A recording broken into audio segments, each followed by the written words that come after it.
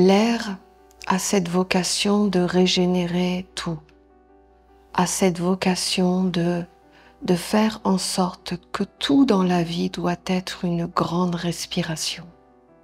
Et c'est pour cela que c'est associé à la santé. Parce que finalement, la maladie, c'est quelque chose qui stagne et qui contamine. Alors que la respiration, le renouveau régénère et amène autre chose. C'est ce que vous devez comprendre dans vos mécanismes intérieurs.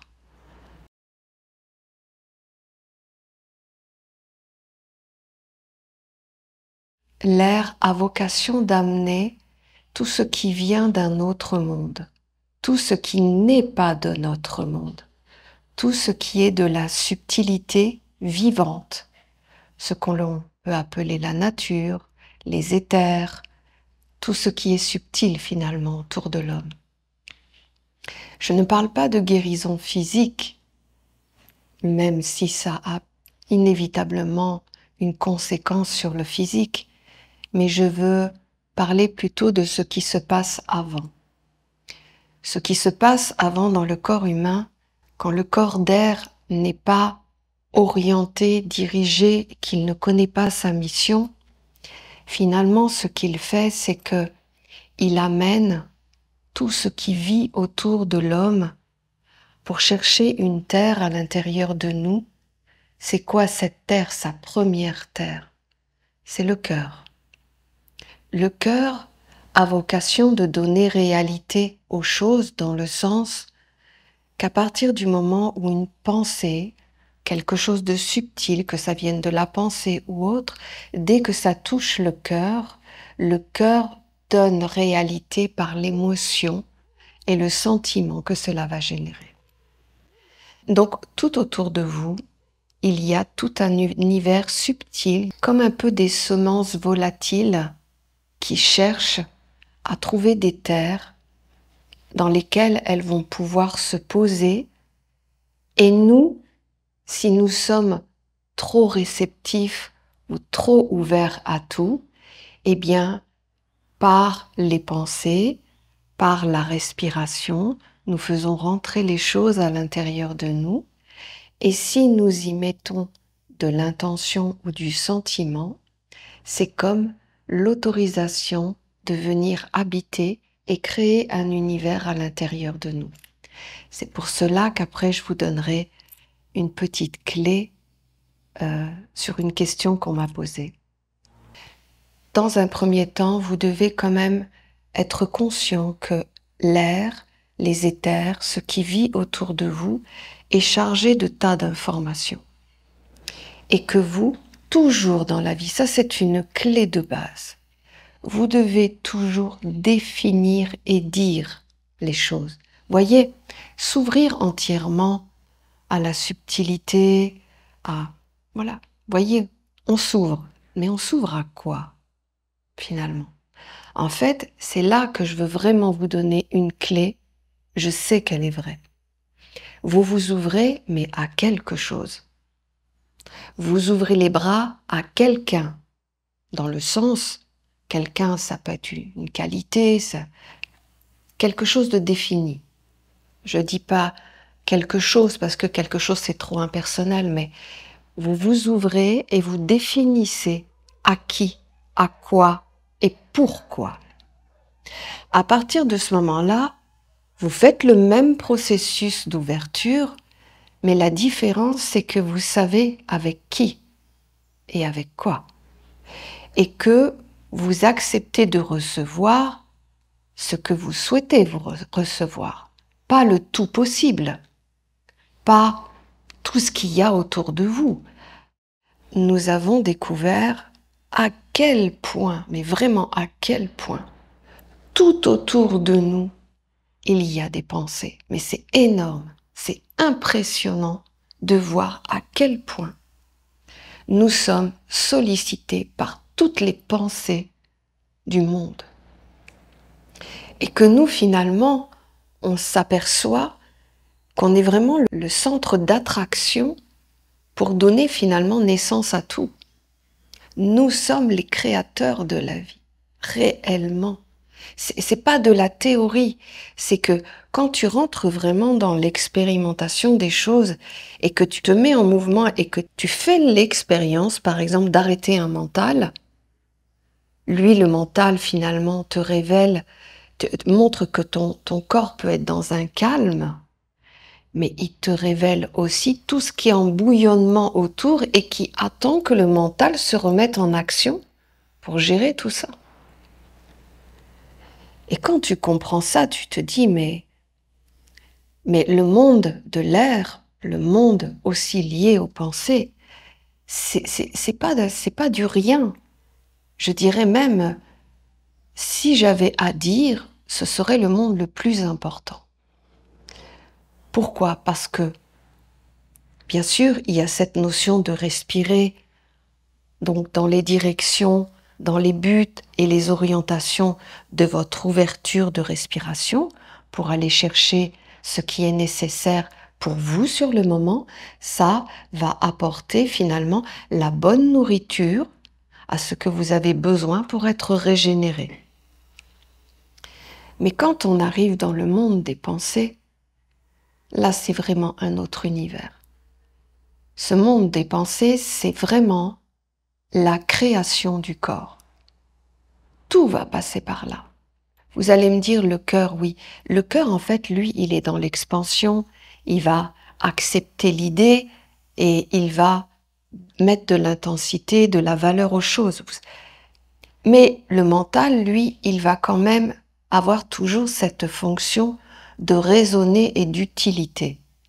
Donc, même si vous vivez quelque chose, un coup de foudre, je donne un exemple parce que c'est ce qui me vient dans la tête, un coup de foudre, c'est un truc qui s'explique pas, eh bien le mental, à un moment donné, il va toujours rééquilibrer le corps en disant, voilà, tu peux, mais il y a ça, il y a ça, il y a ça, et du coup, c'est gérable. Donc vous voyez que le mental, l'ordinateur de bord finalement, est vraiment celui qui sélectionne pour toi ce que tu dois manger et ce que tu vas vivre dans le fond. D'où, si vous comprenez ça, vous comprenez que une belle pensée va définir la qualité d'être que vous êtes. C'est-à-dire la nourriture vraiment que vous allez manger. Parce que, vous voyez, quand la pensée elle arrive et que c'est une jolie pensée, eh bien le mental va dire à tout votre corps, nourrissez-vous de ça. Et qu'est-ce qui va se passer? C'est qu'en fait, cette qualité va commencer à vivre à l'intérieur de vous et elle va créer vos futurs mécanismes. C'est-à-dire la qualité d'être que vous êtes va donner un peu de nourriture, pas au foie, au cœur et tout ça, mais ça va donner un peu de nourriture à vos qualités, à vos potentialités. Et finalement, là où je veux en venir, c'est que cette nourriture va vous conduire à la vie, à la liberté de vivre. Parce que, comme vous le savez, et c'est presque scientifique, tout ce qui est bon fait croître, tout ce qui est mauvais affaiblit. On le prend pour une plante, on le prend pour un animal ou on le met dans une pièce. Je veux dire, c'est même pas de la spiritualité, c'est de la réalité. Tout ce qui est beau, noble, grand, lumineux, fait grandir et fait vivre. Tout ce qui est négatif te rétrécit, t'enferme et te fait dépérir. C'est comme ça, c'est la vie. Quand tu comprends vraiment ce mécanisme, tu te dis, mais en fait, ça fait des années que j'entends parler, voilà, les mauvaises pensées, les bonnes pensées. Et puis, voilà, j'ai une mauvaise pensée.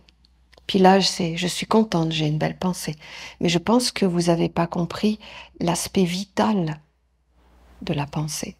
L'aspect vital parce que c'est elle qui construit votre corps. C'est elle qui sélectionne pour vous ce que vous mangez, ce que vous allez vivre, ce que vous allez respirer et qui va me permettre la grande respiration. Imaginez que vous acceptiez ou que vous laissiez votre mental, parce que vous avez à l'intérieur de vous, bien souvent, des inquiétudes, des peurs, des blessures, des mauvaises constructions. Ça veut dire que vous avez de quoi accueillir, en fait. Vous avez le diapason. Une pensée négative ou inquiétante ou stressante ou blessante, peu importe, quelque chose qui ne va pas vous amener vers l'expansion, mais bien au contraire, qui va arriver dans votre mental, et votre mental va regarder finalement s'il y a de quoi accueillir. Et si vous avez des faiblesses, il y a de quoi accueillir. Donc la pensée va arriver dans votre tête, et qu'est-ce qu'elle va faire? C'est son souhait, elle va vouloir toucher le cœur. Et si elle touche le cœur, l'histoire est faite.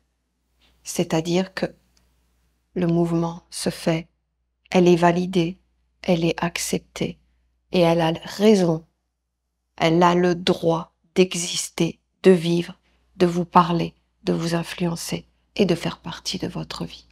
Vous voyez, il y a tellement de choses qui se regroupent au bout d'un moment avec ce que dit la mère quand elle dit « connais tes forces et tes faiblesses, connais-toi finalement, connais tes processus intérieurs ».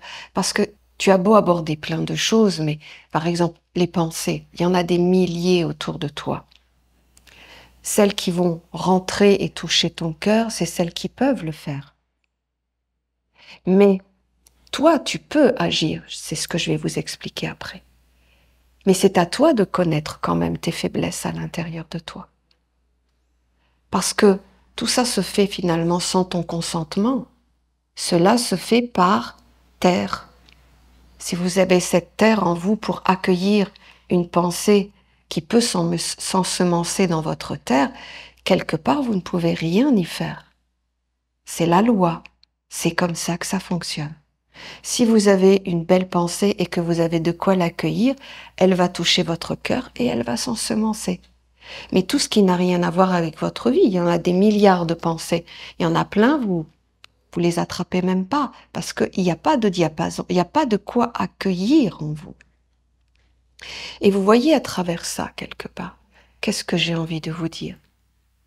J'ai envie de vous dire, si vous avez encore du mal à faire la distinction de ce que vous portez en négatif et de ce que vous portez en positif, eh bien, quelque part, regardez un petit peu les pensées qui arrivent, qui vous stoppent dans le sens, vous les attrapez, et celles qui viennent encore toucher votre cœur. Ça veut dire que votre mental, votre pensée, a su que cette pensée pouvait vivre. Donc, le mental a amené l'information, parce que lui, c'est un organe de perception, c'est un mécanisme, c'est quelque chose qui n'est pas dans le jugement des choses. Lui, sa fonctionnalité, c'est d'attraper des pensées, justement, dans le monde des pensées, et de regarder, toi qui es la terre et le créateur de la vie, est-ce que ça va pouvoir avoir un aboutissement? Si oui, il prend la pensée et son objectif, c'est de toucher le cœur. Et si ça touche le cœur, ça s'enracine. Parce qu'en fait, à partir du moment où la tête et le cœur sont en accord, le reste se fait. Donc vous voyez, juste ce petit détail peut énormément vous faire comprendre ce que vous êtes profondément. Et ne vous jugez pas, ne dramatisez pas. Soyez vraiment comme des êtres qui voulaient vraiment réussir dans la transformation intérieure et qui, objectivement, posent sur la table tout ce qui est encore à travailler. Ne vous culpabilisez pas, ça ne sert à rien et des fois c'est même pas de votre faute et des fois c'est des mécanismes que vous portez depuis Mathusalem et qu'en fait c'est comme ça, c'est un point, on fait un point dans sa vie. Et il n'y a pas de choses négatives, il y a des choses qui enferment et des choses qui libèrent. On va dire ça comme ça. Si vous voyez que des pensées arrivent, des belles pensées, que déjà vous vous pointez dessus, ça veut dire que vous faites le stop-arrêt. Ça veut dire elle est là, vous savez que vous êtes dedans. Que vous voulez la ressentir, que votre cœur commence à se dire « Waouh, aujourd'hui la vie est belle, c'est beau ». Vous voyez, la respiration commence à se faire, l'exaltation, la communication, la communion avec le tout. Ça commence. Eh bien, ça veut dire que ça y est, le corps a donné son accord, la tête, le cœur, après ça s'ensemence. Et là, à partir de là, vous connaissez vos mécanismes. Les pensées sont vous et deviennent vous. C'est votre nourriture quotidienne, plus que tout. Parce que quand le mental, par le cerveau, dit que c'est OK, alors c'est OK. Ça veut dire que vous vivez avec. Le but, c'est de toucher votre cœur, c'est ce que je dis. Et là, bon, l'histoire est faite, on n'en parle plus. Mais au mental, et c'est là que je vais venir après, au mental, dès que ça arrive le mental, dès que la pensée a touché le mental et que le mental l'a saisi, on va dire, à ce moment-là, le début de l'histoire s'écrit. Alors souvent, on me pose des questions et il n'y a pas longtemps, on m'a dit, mais Magali, comment on peut faire pour arrêter d'avoir des mauvaises pensées? Et j'ai dit, en fait, déjà, il faut se connaître. Qu'est-ce que tu veux de cette mauvaise pensée? Est-ce que vraiment tu veux préserver ta vie ou pas? Parce que voilà, je vais vous dire aussi quelque chose d'important. Et ça, vous allez voir que c'est le côté tordu de notre fonctionnement. C'est que des fois, on aime ça, avoir des mauvaises pensées. Des fois, on aime être dans la mélancolie. Des fois, on aime ruminer. Et je ne dis pas que c'est agréable, mais en réalité, comme on est constitué, moi-même, je l'ai fait, des fois, je me suis laissée embarquer par des mauvaises pensées et me faire un film, des histoires avec ça. Je savais, il fallait pas le faire, mais je le faisais quand même. Bon, il y a ça. Si on est d'accord là-dessus, alors on va se comprendre. Il y a un moment donné dans la vie, en fait, vous voyez, c'est là que je veux intervenir, c'est que il faut vraiment protéger son corps. Mais pour de vrai. Et vous voyez, ce que je viens de dire, eh bien, il ne faut plus l'accepter. Pas pour nous quelque part, mais vraiment, par exemple, pour protéger son corps. Sachant que c'est lui qui va tout recevoir, qui va tout mettre en place, et nous allons utiliser ce qui a été créé par le corps pour vivre. Voilà moi comment je pratique. Moi, ce que j'ai fait, je fais toujours, depuis que j'ai compris vraiment, c'est que le plus important pour moi, c'est de tenir la route, c'est-à-dire de ne pas aller dans un monde dans lequel j'ai décidé de ne plus aller. Je suis fidèle à moi-même et c'est pas extraordinaire. Vous voyez, c'est des prises de conscience nécessaires pour la suite de l'histoire. Il y a des bases en fait. Moi, dans ma tête, je me suis dit, voilà, je dois tenir la route. Pour des tas de raisons, mais je dois tenir la route. Donc, en fait, aujourd'hui, je ne dois pas mettre en faiblesse mon corps. Donc, je sais que je suis faible ici. Donc, ce que je dois faire, c'est que je dois me placer dans mon mental. Et, comme je vous ai expliqué tout à l'heure, quand une pensée, une information, une violence, quelque chose de négatif arrive dans ton mental, et que quelque part, il est là. Mais il est là parce qu'en fait, il veut te faire réagir, donc il va toucher des faiblesses à l'intérieur de toi. Il va aller les chercher, et on est tous constitués de faiblesses. Et en fait, c'est là que tu interviens. C'est que la première des choses que tu dois savoir, c'est que l'information qui arrive, tu ne dois pas la laisser toucher le cœur. C'est la première des choses, parce qu'après, tu contrôles plus l'histoire. Quand la mauvaise information arrive, je vous donne un exemple qui m'arrive de temps en temps. Je reçois une mauvaise nouvelle et je sais que cette mauvaise nouvelle, si là, je la laisse faire sa vie, elle va toucher mon cœur et en fait, qu'est-ce qui va se passer? Tout va être difficile dans ma vie, la journée.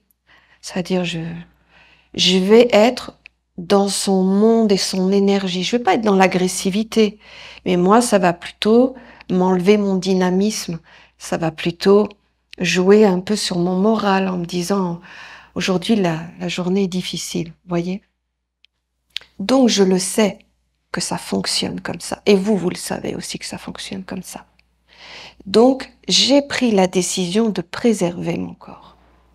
Donc, quand la mauvaise information arrive, je la vois, elle est là dans ma pensée et elle me demande la réponse. Eh bien, je dis, non, je ne peux pas tout de suite et je passe tout de suite à autre chose. C'est-à-dire, je fais autre chose. Je vais faire un dossier, je vais écouter un morceau de musique, peu importe, je change d'univers. C'est-à-dire que ma pensée, je la laisse là, en attente d'une réponse. Mais surtout, ne commencez pas à vouloir réfléchir dessus, à vouloir y mettre du sentiment. C'est même pas que vous allez vouloir y mettre du sentiment. Dès que vous allez commencer à réfléchir, à vous mettre dans son univers, eh bien, inévitablement, le sentiment va commencer à arriver. Et qu'est-ce que ça va faire? C'est que ça va réveiller tous les réceptacles. Ce qui fait que le cœur va accepter l'information. Et là, après c'est fini, je veux dire, le cœur, ça ne se contrôle pas, dans le sens que c'est l'expansion de la vie. Donc le cœur va faire son job. Mais toi, tu peux plus gérer le mécanisme. Donc, qu'est-ce que je fais? Je sais que cette information va me déstabiliser. Donc, je la laisse là. Je passe à autre chose pendant 1 heure ou 2. Je sais que je dois répondre à ça. Je le sais. Mais je suis consciente que je dois arrêter le mécanisme à l'intérieur de moi naturel du processus qui doit être mis en place. Ça doit descendre dans le cœur et ça doit toucher là où ça doit toucher. Donc, je le sais. Donc, je passe à autre chose pendant 1 heure, 2 heures, le temps qu'il faut pour qu'à l'intérieur de moi, je ne sente plus rien lié à l'information. C'est-à-dire, j'ai tout calmé en moi parce que j'ai mis le centre d'intérêt sur autre chose, j'ai respiré dans autre chose, j'ai pensé dans autre chose, et du coup, l'information devient juste une information. Quand je suis posée, que je sens que je suis redevenue moi, normale, comme je suis au quotidien, avec, je peux utiliser ma pensée, je peux utiliser mon cœur et je peux utiliser ma volonté parce que je suis allée respirer dans un autre monde. Et je sais bien aussi que si je dis je vais aller méditer, je vais aller respirer, non, faites pas ça. Il faut être actif ailleurs. Vous ne pouvez pas, pour une petite chose, oui, mais si c'est une nouvelle qui peut vraiment vous déstabiliser, passez à autre chose. C'est-à-dire, mettez la concentration sur autre chose, faites autre chose, mettez votre activité dans autre chose pour qu'en fait, cette autre chose ordinaire va remettre les mécanismes en place normal tout seul. Ok. Une fois que c'est fait, que vous constatez au bout d'1 heure, 2 heures, 3 heures, et peut-être même le lendemain, eh bien, vous retournez sur la pensée. Vous la reprenez. Mais là, en fait, vous allez faire ce que vous faites au quotidien. Vous allez analyser l'information. C'est cette pensée avec tel élément qui veut dire ça et qui souhaite faire ça. Et à ce moment-là, vous êtes opérationnel pour régler le dossier. Mais si le cœur partage cette histoire avec vous, vous n'êtes plus capable de rien. Je parle d'une généralité, il y en a qui sont doués, il y en a qui savent faire des choses, mais je dis ça, c'est des choses, par exemple, que moi j'utilise encore.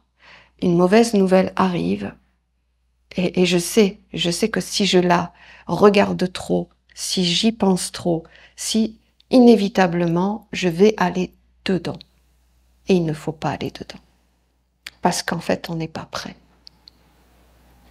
Donc, voilà.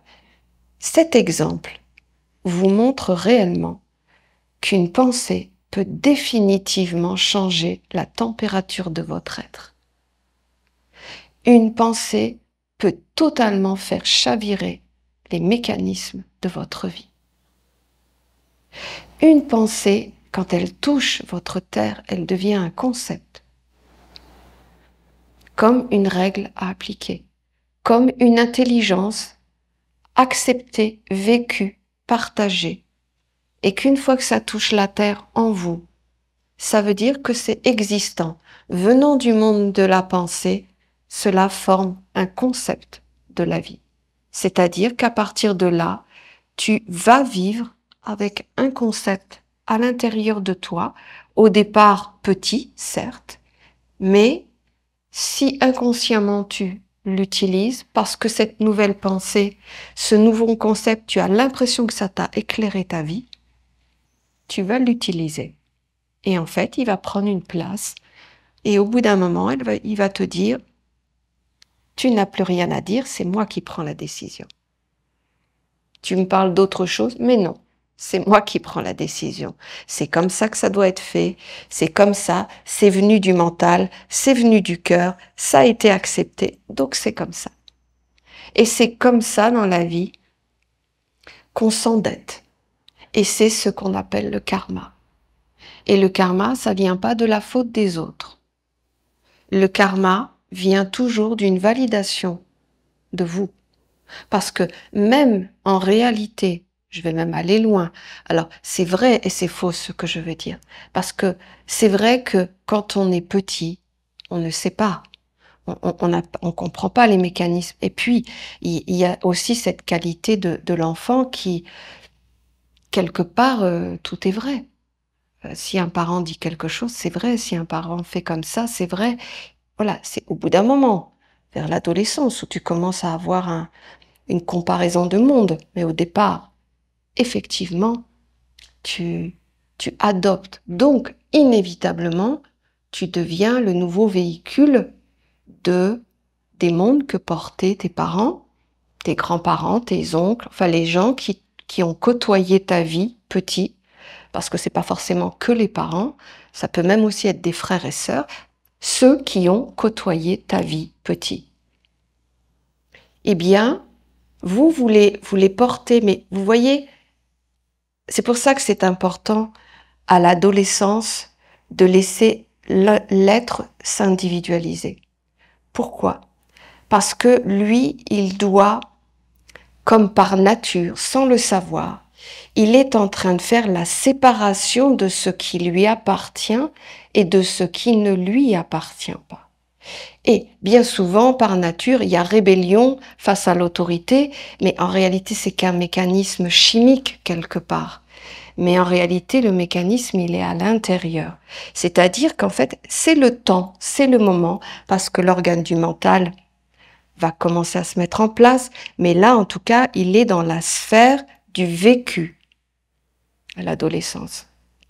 Donc, ce qu'il veut vivre, il veut savoir ce qu'il peut vivre et ce qu'il ne peut pas vivre. Et dans ces cas-là, il va faire la séparation avec le mental qu'il a et avec les référents qu'il a à l'extérieur. Il va faire la séparation de ce qui lui appartient et aussi de ce qui ne lui appartient pas. Finalement, il va commencer à faire le travail de se dissocier de ce groupe, de cet enveloppement qui l'a éduqué. Et là, c'est vraiment l'être qui veut commencer à apparaître. Et c'est très positif qu'il faut le faire parce que c'est là que le vrai travail commence finalement de la séparation des mondes, où l'être commence à révéler ce qu'il est et commence à regarder ce qu'il ne veut plus. C'est pour ça qu'il y a rébellion contre les parents. Non mais attends, ta façon de penser, moi je suis pas d'accord avec toi. Et c'est correct. C'est la façon de penser des parents. Bien sûr qu'il ne comprend pas tout au départ, c'est un peu plus tard que justement, après quand il devient un peu plus adulte, on comprend un peu mieux les parents. Vous voyez les mécanismes. Mais quoi qu'il en soit, c'est important. Et c'est ça que je veux dire, c'est que ce moment-là, c'est ce que là vous êtes en train de faire. C'est-à-dire, on reprend l'histoire, on n'a pas fait les cycles normalement. Là, vous faites en sorte de comprendre la vie et de vouloir commencer à vraiment vivre ce qui est de vous. Pas du collectif, mais faire la séparation de ce qui vous appartient, de ce qui vous appartient pas. En fait, vous êtes des ados. C'est une plaisanterie. Mais dans le processus de la nature, oui, vous êtes des ados. C'est-à-dire que vous êtes en train vraiment de comprendre dans votre vie d'aujourd'hui qu'il y a des choses qui viennent de votre environnement. Alors comme vous êtes des adultes, ça a dépassé le cadre de la famille.